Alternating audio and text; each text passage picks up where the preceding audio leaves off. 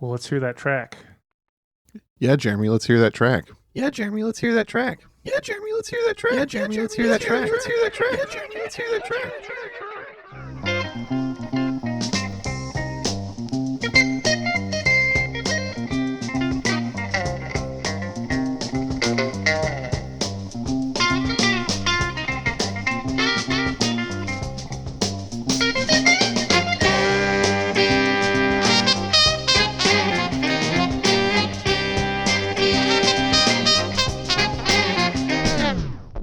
Welcome to I'd Buy That for $1, a podcast about inexpensive, common, and underappreciated records that are waiting to be rediscovered.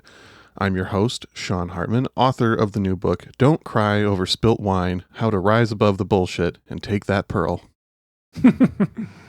Oh, I like that. Wonderful. I think I always say that. I need to stop saying that. I'm co-host Jeremy, and I like that. And I'm co-host Peter, and I am a barren wasteland lumber baron. My name is Jacob. I'm a purveyor of fine third-hand silks. I am a long-time listener, first-time caller. Ooh. Oh, Jakab Selner? The Jakab Selner. Ooh, I think that you've been maybe in the background once or twice on this podcast because you share something with one of the co-hosts. I'm not sure which one. Yeah, I'm Jeremy's personal chef, so if you ever hear sizzling sounds in the background, it's probably me cooking him steak and eggs. It's his nightly Sunday meal. That's true. And that is when we record these episodes most of the time. Well, was I not supposed to say that? No, that's okay. We're peeling back the curtain a little bit more. We're well into season 2 here. As it's been peeled back for me, so it shall be peeled back for the listeners. Tell the people what else you do, Jacob. Well, I'm the bass player with the Kalamazoo-based punk band Disco Wannabe. Incidentally, we just recorded our first full-length album here at Turkey Lake Studios. Jeremy Ruggles, the famed co-host of I'd Buy That for $1, did all of the recording and mixing for the album. That is going to be coming out at the end of March for streaming anywhere that you stream music and download through Bandcamp. We're also going to be releasing a series of short comic books that come with download codes for singles. And you can find us on bandcamp.com if you search for Disco Wannabe, all one word, and Wannabe has 2 E's at the end of it. And that actually brings me to the record that I brought to all of you today. See, the bass player in this particular band is a huge musical inspiration of mine, one of my favorite guys to listen to, B.B. Dickerson. If you don't know what band B.B. Dickerson played in, I'm not surprised. These guys were pretty unassuming. They didn't really get up to a lot of rock star antics. Today's album is Deliver the Word by War. War. Hell yeah. War. I'm just going to go on record and say that this is one of the greatest bands of all time, and I'm very excited that we are finally featuring them on this podcast. I wholeheartedly agree with that sentiment. Yeah. I'm glad we're featuring them because maybe their unassuming ways, for as many War albums as I own, I've never really thought to look into who they were, the individuals. Nor me. And one of the things I found particularly interesting while researching is War had a mission statement and they wanted to speak out against violence, hunger, and gang culture. They decided to wage war on war and use music and musical instruments as their weapons. Let's hear that war on war action. It is some fantastic war on war action. What's the first track we're going to listen to? The first one is actually the first track on the album. It's called the H2 Overture, which is both a fantastic pun, H2O obviously being the chemical compound name for water. I think it may also be a reference to the hydrogen bomb, and the song is chaotic and frenetic. So it could possibly be meant to simulate the arc of a nuclear bombing. Ooh. Well, let's hear that track.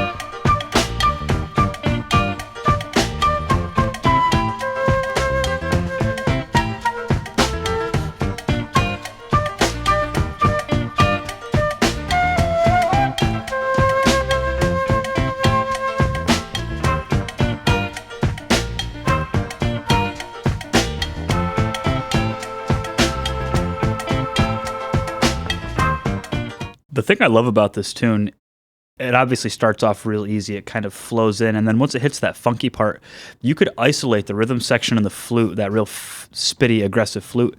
It almost sounds like it could be a Herbie Mann recording. You could isolate the piano, and it sounds like you're at some kind of, maybe like a Rachmaninoff recital. These guys, their music is a synthesis of a huge variety of genres and musical elements. Their music is almost as eclectic as America, and I think it's a great representation of American music in general in the late 60s and early 70s, running the gamut from smooth soul sounds to full-on psychedelic. I mean, it could be anything from the Temptations' Psychedelic Shack to a Leon Haywood record. I watched a short, more recent interview with Lonnie Jordan, one of the leaders of the group, and they asked him about like what he thought the band sounded like, what was their genre, and he said it's always been hard to nail the group down, but the way he thinks of it is something like universal street music. I like that. Yeah, when you read about this band, people call them fusion, they get called funk rock, jam, they get called progressive soul.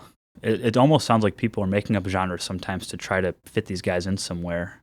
But universal street music, and that was part of their mission. So these guys grew up in pretty rough neighborhoods in south central Los Angeles for the most part, except for Lee Oskar, who was from Scandinavia. And ironically, he had the largest afro in the band. But these guys were coming from pretty rough neighborhoods. There was a lot of violence around growing up, and there was that synthesis. Yeah, they're like Long Beach and Compton, right? Yeah. Where they're based. Yeah, and they were playing a lot of the Long Beach clubs and parties when they were coming up. So one of the things, too, speaking of Lonnie Jordan, who is the keyboardist in the band, and interestingly, too, the only member of the band currently. So they had a couple different split-offs, and Lonnie Jordan is the only original member of War, still in War, and they still perform. A bunch of the other guys in the band started a band called Lowrider Band after some label and money disputes in the 1990s. Yeah, I was reading that there was a reunion in 2008, and it was just Eric Burden and Lonnie and none of the other guys.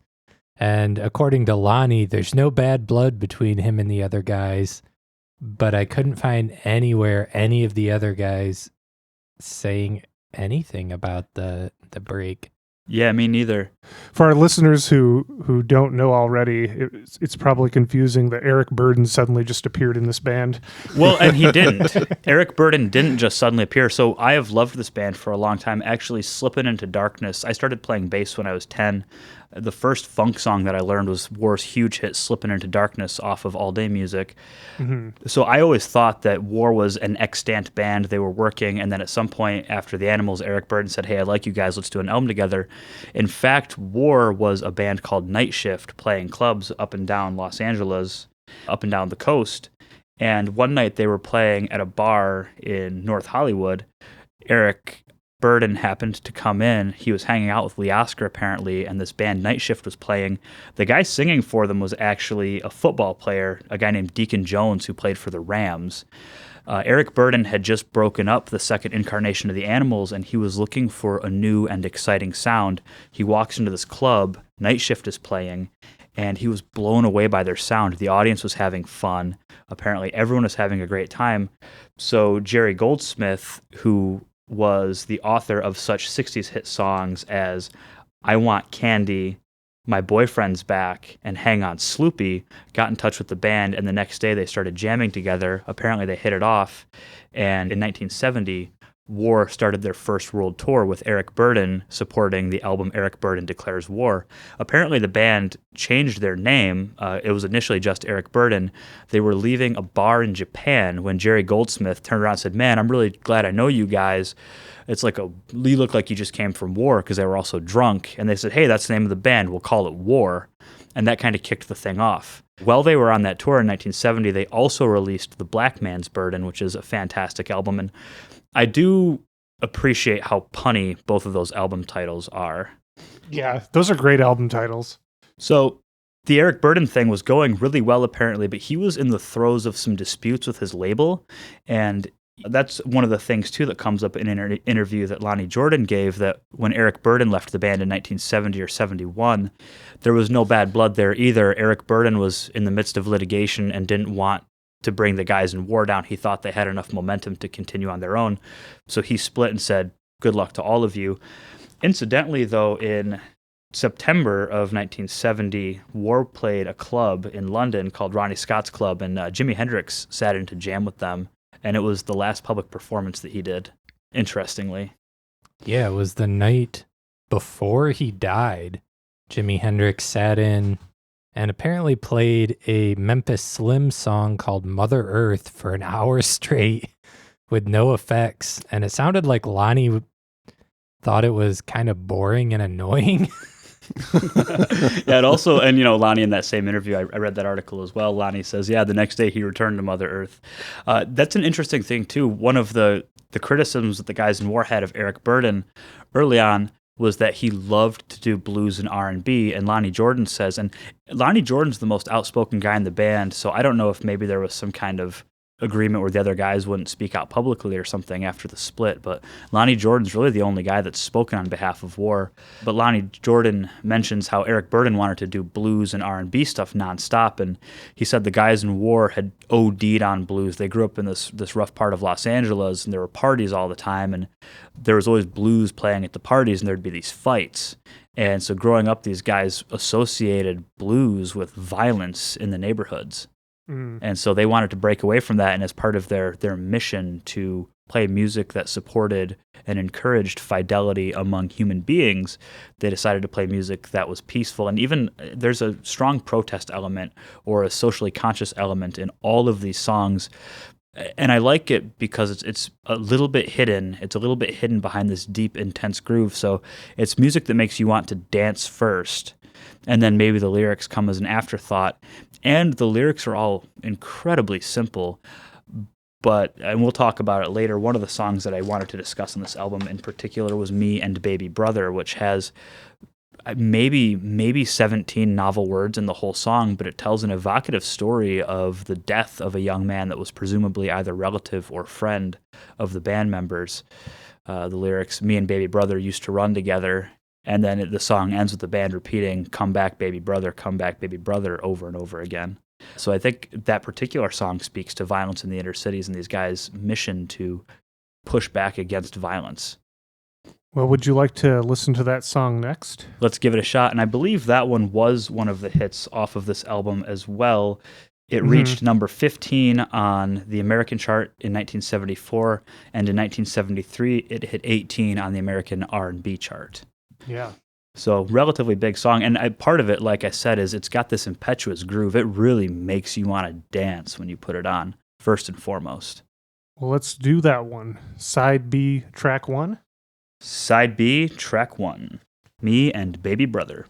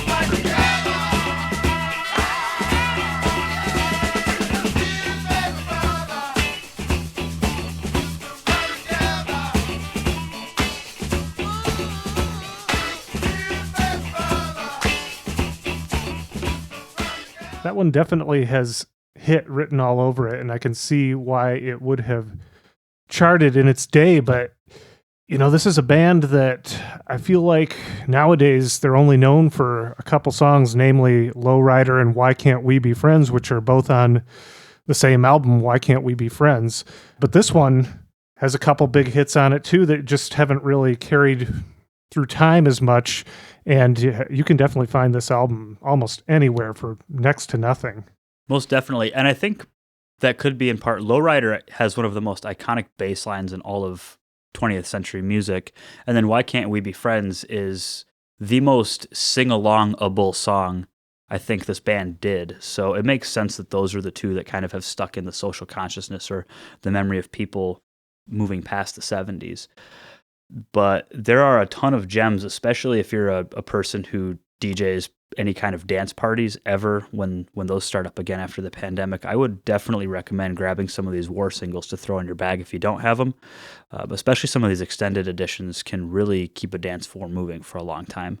The interplay between the drums and the bass on these tracks and the amount of complexity in the percussion really lends itself to dancing. And that's, I think, why this band was so powerful. It's fun music, but it's not innocuous. It doesn't say nothing. It says quite a lot.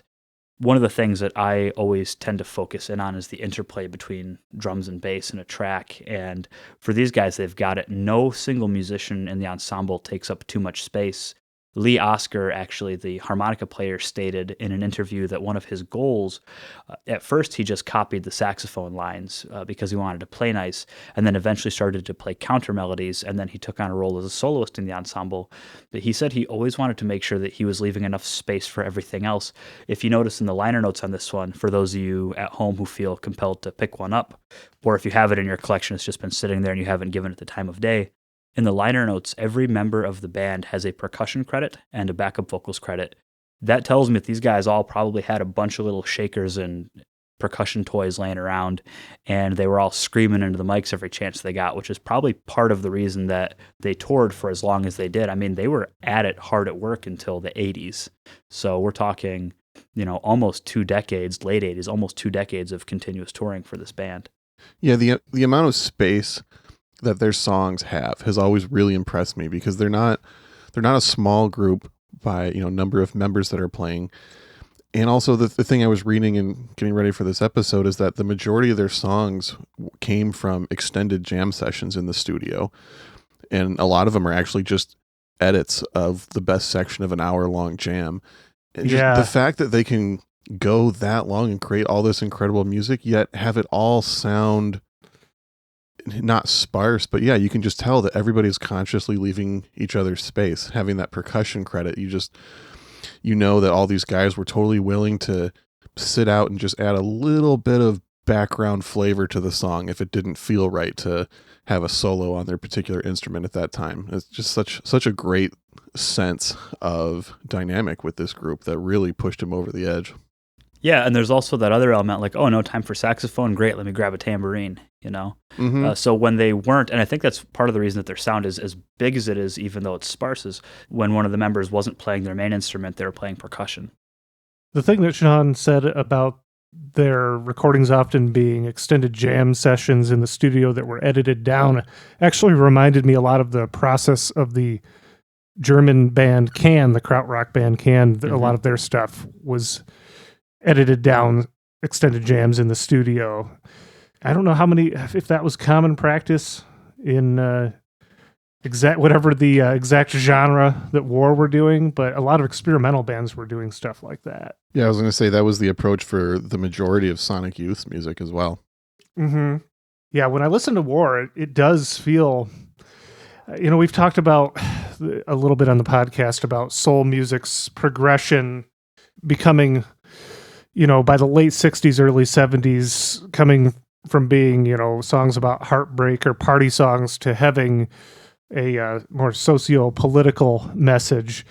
And I really feel like War are at the vanguard of doing that, and they just do it so well. Yeah, so few of their songs are, ooh, I love you, baby, or ooh, you broke my heart. And so many of them are, hey, here's a great dance tune. and we're also going to bear ourselves a little bit. And some of them are a little far out and strange. I mean, Spill the Wine is a great example of that on the first record. That's a very weird one. Yeah, it is. It's psychedelic in nature almost. It's got kind of an Alice in Wonderland connotation, and I think Sean had mentioned earlier he had a little story he wanted to share about that one. Well, just to clarify, that's Eric Burdon era War. Right. Right. I feel like Eric Burdon's intent was maybe a little bit more musical and aesthetic than the rest of the group.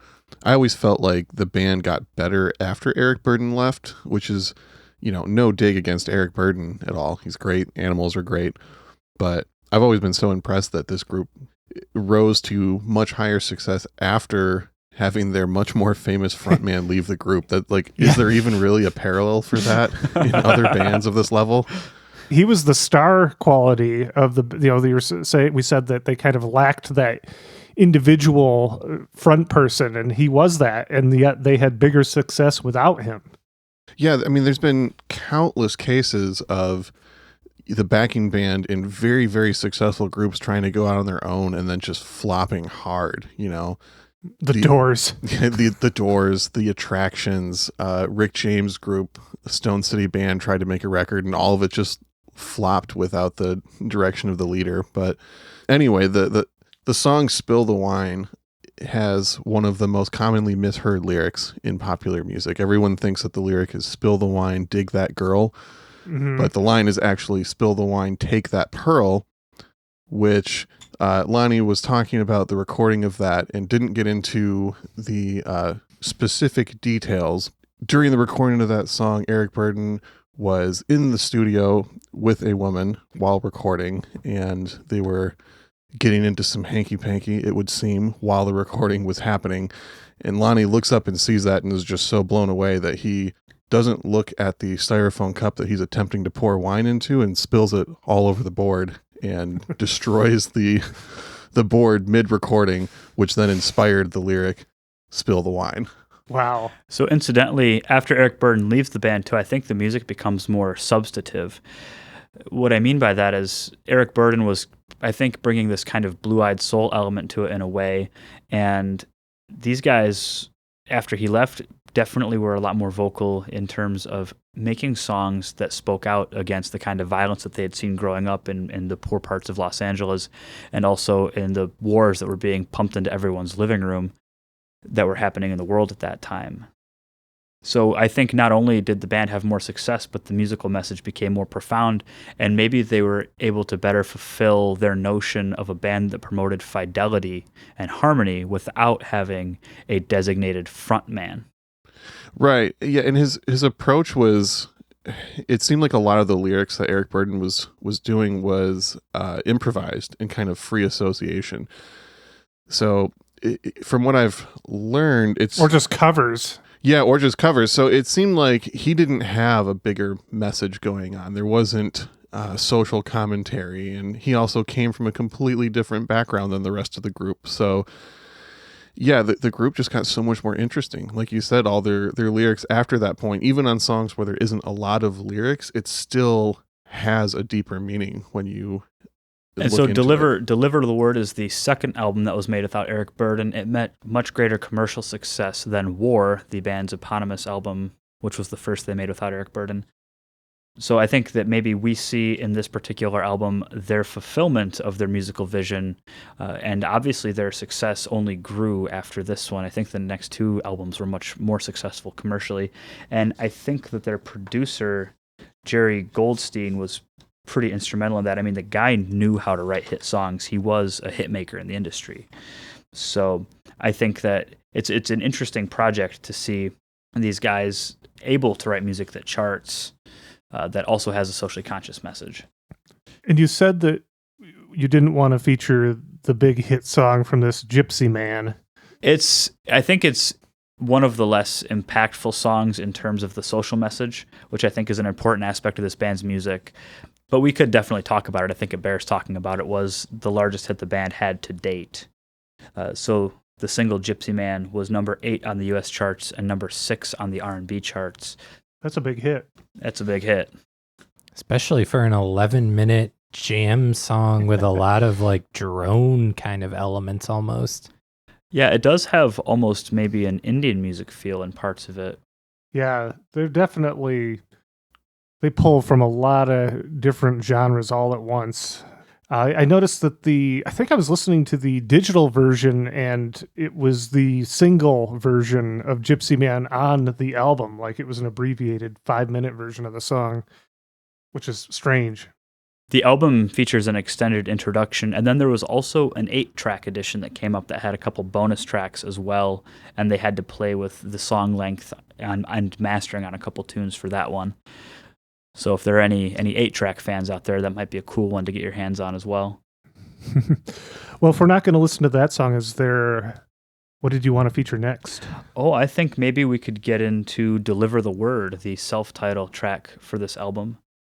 Obviously, and one of the things, I don't know if I mentioned the album design, so the album concept was developed by Lee Oscar, the band's harmonica player, and I think I've maybe talked about him a little more than the other members, mainly because I think his story is pretty interesting. He's an odd fit for these guys. Seemingly, he came to the United States from Europe and just sort of made his way from New York to LA playing harmonica for money until winding up with this band.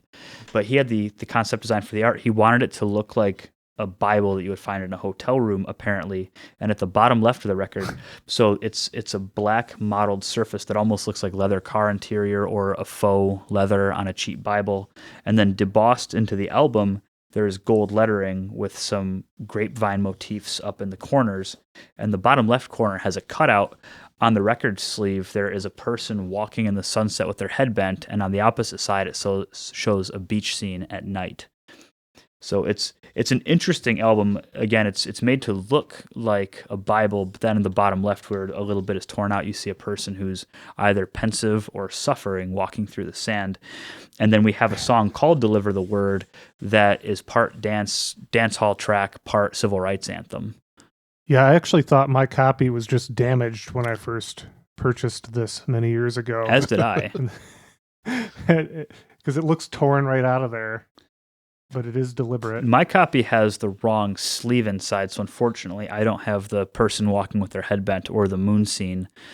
I just have one of those, record sleeves. It's got all the advertisements for other records on it. But the die cut's also cool on this because so many other records that tried to do a die cut jacket at the time end up getting ripped apart from just being in bins. But this one's small and subtle enough that it usually doesn't lead to further damage on the jacket. Jeremy's giving me the get on with the fingers, so I think he wants to roll the record now. Yeah, let's listen to the title track, The Titular Cut, Deliver the Word. The Titular Cut.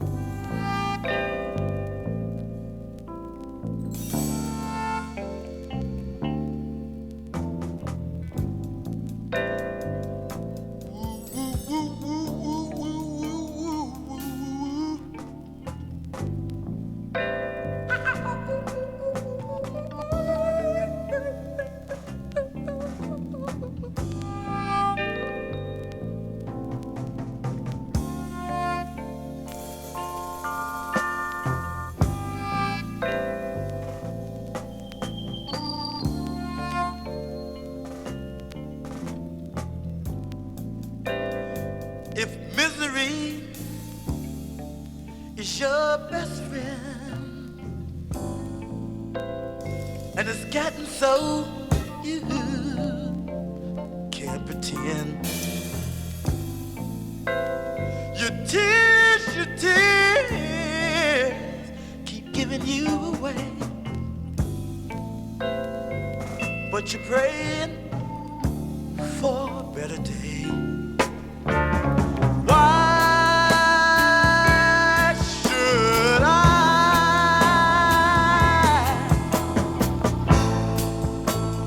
go through these changes? Yeah, but they don't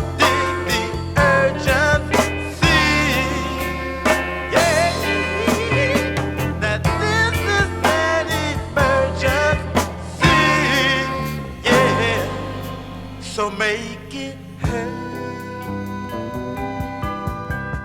One of the things that fascinates me with this band, without doing a deep dive into each one of their solo careers and really learning the individuals' voices, you don't really know who is singing which song or which part of songs. They'll often hand off vocal parts as if some sort of relay, maybe choosing different voices to suit different parts, just like an orchestral composer might pick a different instrument for a passage. And I wanted to name the band members as well because we've talked extensively about a couple, but I feel like it's only fair to name them all. So the iteration of the band that performed on this recording were Dee Allen on congas, bongos, and vocals, Howard Scott playing guitar, percussion, and vocals, B.B. Dickerson on bass, as well as percussion and vocals, Lonnie Jordan playing keys, percussion, and vocals, Harold Brown playing drums, percussion, and vocals, Charles Miller playing horns, including saxophones and clarinet, percussions, and vocals, Lee Oscar on harmonica. Wait, let me guess. Percussion and vocals? Absolutely. But it almost seems like there's this egalitarian structure to the band such that they didn't care to call out who the individual singers were on each track. Yeah, which in a weird way for me, as much as I'd like to know who's singing what and get to know the group's different voices, the fact that they're just, everything they do is so seamless, it really just feels like they're one entity, all working together, all communicating effortlessly. Have you ever been to a performance where all the members of the band are smiling and looking at each other and it seems like that moment on stage is the most fun moment of their lives? Mm-hmm. I get that feeling from listening to War's recordings, and I think if I could travel in a time machine to go back and see any band in their heyday, it would probably be War. That's completely understandable. They really produce some magic. And I can only imagine what they were like live. I've never actually watched live footage. Neither have I, and there's not a ton on the internet, just like there aren't articles in Rolling Stone magazine about trashed hotel rooms and domestic disputes, just as there aren't op-eds about these horrendous people that came through town making horrible music. It seems like this band generally kept their noses clean. I'm not certain why. I guess they were all pretty hardworking, working class kids from LA. I know a couple of them served in the military during the Vietnam War. So maybe they didn't have much of a taste for the quote-unquote rock star lifestyle. I'm not sure. I like that about them. I do too. Yeah, that's good to know. Sean, did you find other music like this? Oh, I sure did. We talked about War having so many different genre influences. You can go so many different directions of contemporary bands that shared a little piece of similarity with the group. So, Or sampled them in more recent times. Sorry, go on. oh, absolutely. There's a whole other playlist that could be made of just 90s through modern day artists that were influenced or sampled War. It just keeps going and going. But groups from the early 70s whose tracks I put on here include the Blackbirds, George Benson with a cover of The World is a Ghetto, put a Mungo Jerry track on there. Earth, Wind, and Fire is a easy comparison to this group. Some later Psychedelic Temptations. I put Edwin Starr's track War, which many uninitiated people assume was the song done by the group War. Not true. And then a couple groups that I think maybe have some of the closest similarity to War that don't get enough love are Mandrill, was another group that did a ton of different styles and was a multiracial band as well. And then some kind of Latin crossover groups, Malo and El Chicano, from that time period. Also, Santana was a contemporary that had a lot of Latin influence, just like War and these other groups. A couple soul artists, Bloodstone, Brothers Johnson, Isley Brothers, put a Redbone track on there. You can find that playlist on Spotify. Just search I'd Buy That Podcast, all one word, to find the similar artists to War and similar artists to every other episode we've done on season 2. And if you'd like to follow us on Instagram, you can find us at I'd Buy That Podcast. We will post about the episodes a day in advance, so you'll know what's coming up, what you'll be hearing. We usually tease it, so you have to guess. There's a picture. And then, of course, on the day of, we'll let you know that the episode is available. And the Spotify playlist is also usually announced the day after the episode. So we're getting close to 2,000 followers on Instagram. So check us out there at I'd Buy That Podcast. Are you saying that your listeners should deliver the word? Indeed, we Ooh. are, Jacob. I would like to Indeed, we are. I would like to thank all of you for having me on tonight, allowing me to help out and share this record that I love so dearly. There's Yeah. been so many times throughout my career of being a used record seller that I've seen someone flip through the new arrivals bin and pull out this very record and then look at the back cover to see which songs are on it and quickly throw it back in the bin because it didn't have the songs they were familiar with.